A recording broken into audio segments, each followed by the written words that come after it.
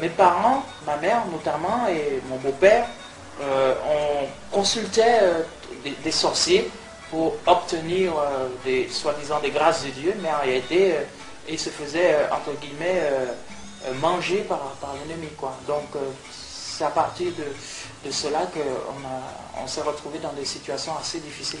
Tous mes petits frères, quand ils naissaient, ma mère présentait ses enfants à Dieu, entre guillemets, par rapport au marabout qui lui demandait de venir présenter ses enfants.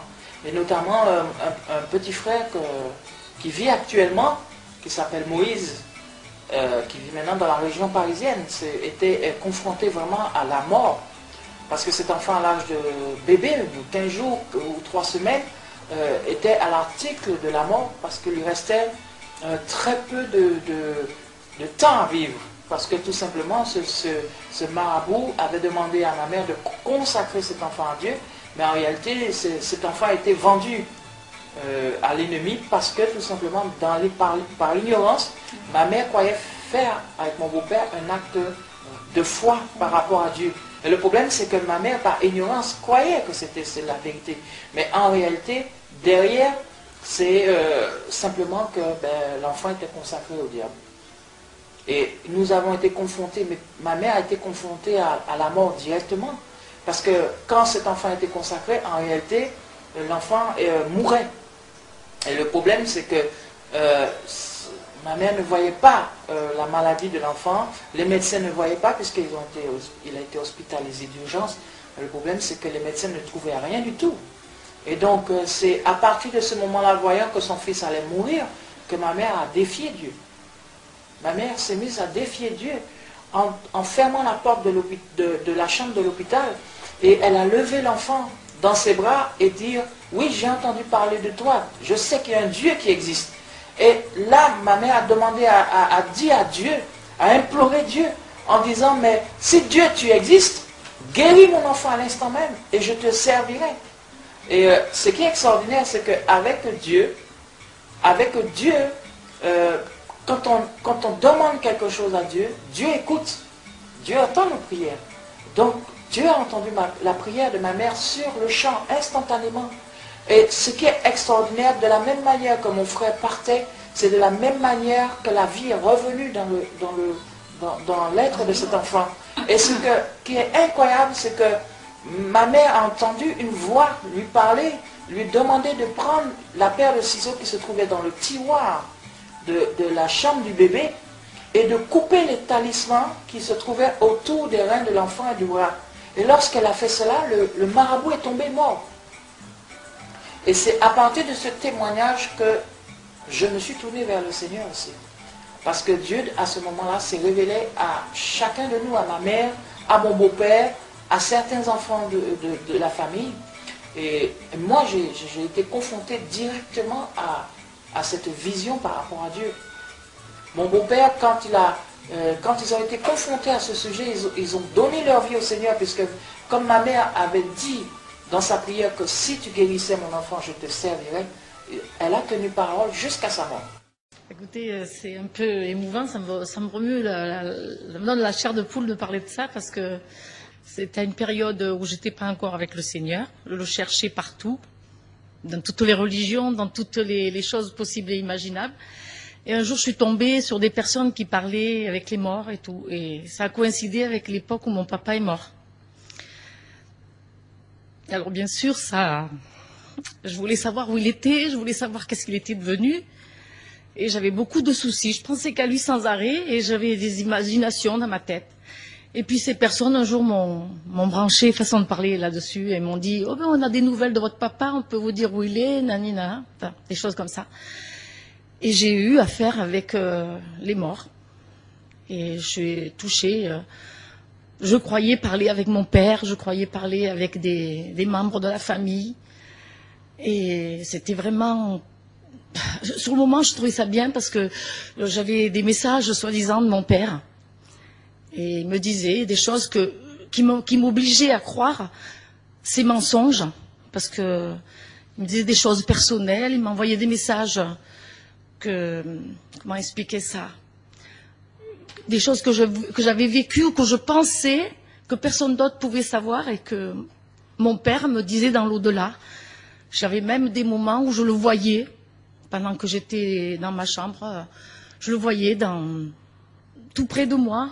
Des fois, je sentais des caresses. Enfin, c'était très, très, très fort. Et je pensais pas du tout que c'était mal. J'étais heureuse, j'étais contente de me retrouver auprès de mon papa. Et puis un jour, j'ai même eu des objets, même une photo de mon père qui était bien en vue, avec une lumière qui brillait jour et nuit. Et un jour, tout ça, ça a sauté dans la maison, ça a fait des choses vraiment que je peux pas vous raconter, c'est trop fort. C'est bizarre, la chose que j'ai vécue, maintenant, ça me fait... Je me rends compte après quoi je suis passée, et à côté de quoi, vraiment, c'était dangereux. Un jour, j'avais invité des personnes qu'on voulait parler de ça, enfin, plein de choses comme ça. Et à la seconde même où ça s'est passé, que je commençais à parler de ça avec ces personnes, j'ai quelque chose qui m'a stoppé net, et j'ai plus voulu en parler. Je ne sais pas ce qui s'est passé en moi. Du jour au lendemain, tout s'est arrêté. Je ne voulais plus entendre parler de ces personnes qui me faisaient parler avec le Seigneur. Pourtant, j'étais dedans, mais dedans, incroyablement dedans.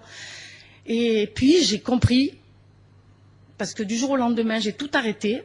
Et j'ai compris que c'était vraiment suite à des prières et suite à des jeûnes que les églises, là où était ma sœur qui priait, parce qu'ils avaient peur pour moi, parce que vraiment je touchais aux pires choses de l'occultisme, quoi.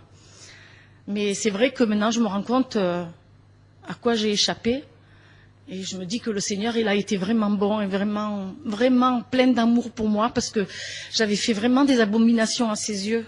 C'était des choses horribles, hein.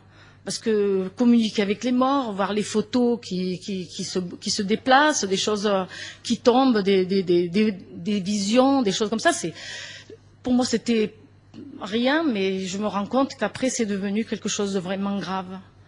Et le Seigneur, il m'a empêché de continuer, mais vraiment, je ne comprends pas moi-même comment c'est arrivé. Mais en tout cas, je remercie le Seigneur parce qu'il m'a sauvée de ça. Et j'étais bien enclenchée là-dedans, mais vraiment jusqu'au cou. Ça aurait pu monter même au-dessus, et il m'a sauvée. Là, vraiment, de la seconde où ça s'est passé, moi-même, j'ai plus compris. J'ai dit, mais qu'est-ce que ça veut dire, ça? Pourquoi ça m'intéresse plus? Pourquoi je les rejette, ces gens?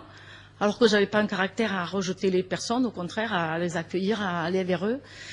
Et du jour au lendemain, la seconde où on avait entamé cette discussion, j'avais même commencé à écrire, à faire des écritures avec l'au-delà, où je vous passe les détails, c'est horrible. Ça s'est cassé net. J'ai perdu mon neveu, et là, j'ai pas cherché à communiquer avec lui, mais j'ai vu ma sœur qui était chrétienne, donc convertie, et j'ai vu comment elle s'est comportée, c'était la maman. J'ai vu comment elle a réagi, et comment le Seigneur l'a portée, parce qu'elle subissait ce deuil, vraiment avec un gros chagrin. Une maman qui perd un enfant, ça peut pas s'expliquer, mais elle avait quelque chose en elle qui était... ça se voyait qu'elle était portée, ça ne peut pas s'expliquer une souffrance pareille et survivre. Et là, j'ai compris qu'il n'y avait rien à voir l'au-delà, il n'y avait rien à voir toutes ces choses abominables, que c'était le Seigneur. Et c'est là, quelque temps après, suite à ce décès, j'ai pu m'approcher du Seigneur, qui m'a ouvert les yeux, les oreilles, le cœur et tout. Et grâce aux frères et sœurs aussi qui ont prié pour moi. L'au-delà, qui reste là-bas, mais que nous, on est bien avec le Seigneur. Le 18 octobre 1983, j'étais en fauteuil roulant, je ne croyais ni en Dieu ni en diable. Ma tante, elle, était une pratiquante, croyante, qui allait à beaucoup de rassemblements, et un jour, elle m'a amené chez elle, où se réunissaient des chrétiens. Ce jour-là, elle a dit à Dieu, Seigneur, tu sais que Bernard ne croit pas en toi, guéris-le pour qu'il croie en toi, guéris-le pour qu'il soit un témoin vivant. Une petite dame, Anne-Marie, s'est approchée de moi et m'a dit, est-ce que tu accepterais que l'on prie pour toi, que l'on t'impose les mains comme les premiers apôtres et qu'on demande à Jésus de te guérir? J'ai dit, si ça peut vous faire passer le temps, allez-y. Mais au fond de moi, pour moi, Dieu ne pouvait pas s'intéresser à moi. Sauf que Dieu l'a fait. Ce soir-là, je n'ai pas cru en Dieu pour autant. Malgré que je me sois levé de mon fauteuil roulant, que je sois passé à côté de mon fauteuil roulant sans pouvoir m'arrêter, parce que mon corps refusait d'obéir, eh bien, Ce n'est que le lendemain où ma tante m'a dit, tu sais, j'aide un autre petit groupe de prière à démarrer, ça serait bien que tu témoignes auprès de ce groupe. Et je dis, tu sais, je ne suis pas sûr que ton Dieu il y soit pour quelque chose. Et là, ma tante a dit, mais enfin, c'est quand même dingue. Tu doutes que Dieu s'intéresse à toi? Je dis, écoute, il y a tant de gens qui souffrent sur terre, pourquoi Dieu se serait-il penché sur moi particulièrement? Et là, elle m'a dit, tu diras à Dieu, tu diras aux autres ce que tu voudras. Et j'ai dit, d'accord. Et arrivé à ce groupe de prière, Dieu s'est vraiment manifesté à moi. Je n'ai pas témoigné de ce que je pensais. Je n'ai rien dit de Dieu. Sauf que ce jour-là, j'ai vraiment rencontré Dieu dans mon cœur. Si je vous dis ça, c'est parce que de ces deux miracles, un m'a le plus marqué. Pas le fait de marcher, pas le fait d'être guéri de ma sclérose en plaques. Non, c'est d'avoir rencontré Jésus dans mon cœur. Et aujourd'hui, je m'adresse à toi. Tu te dis, ce type, il est peut-être bizarre, il est peut-être un peu loufoque, c'est peut-être n'importe quoi. Aujourd'hui, je vois des quantités de guérisons. Je vois des gens qui ne connaissent pas Dieu, qui croient en rien et qui rencontrent Dieu. Je vois des femmes et des hommes qui sont eux-mêmes en fauteuil roulant et qui retrouvent la santé. Je vois des enfants qui avaient complètement perdu espoir à la vie et qui ont retrouvé la vie et l'espérance. Je voudrais simplement te dire qu'aujourd'hui, Dieu se penche vers toi. Aujourd'hui, Dieu veut s'intéresser à ta vie. Dans l'évangile de Jean, chapitre 3, verset 16, il est écrit « Car Dieu a tant aimé le monde qu'il a donné son Fils unique, afin que quiconque croit en lui ne périsse pas, mais ait la vie éternelle. » Eh bien, Dieu te dit que tu es un quiconque comme moi. Il s'intéresse à toi, il s'intéresse à ce que tu es. Il s'intéresse parce que tu t'aimes tel que tu es. Il ne te demande pas simplement de mériter son amour parce que tu ne le mérites pas plus que moi. Mais il s'intéresse à toi parce qu'il est mort pour toi, il est ressuscité pour toi. Il a vécu la passion. Dieu un jour m'a montré sa passion. Ça a duré 5 heures durant. Pendant 5 heures, Dieu m'a montré tout ce qu'il a vécu. Et si un jour tu as pu voir le film de Mel Gibson, La Passion, je peux t'assurer que ce que j'ai vu en image, ça n'a pas de poids et de mesure avec ce que j'ai vu moi en réalité, de ce que le Seigneur m'a montré.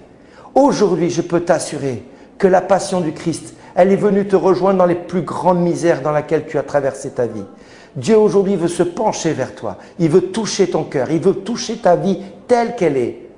Ose simplement faire l'expérience. Ne passe pas à côté de cette chance qui t'est proposée.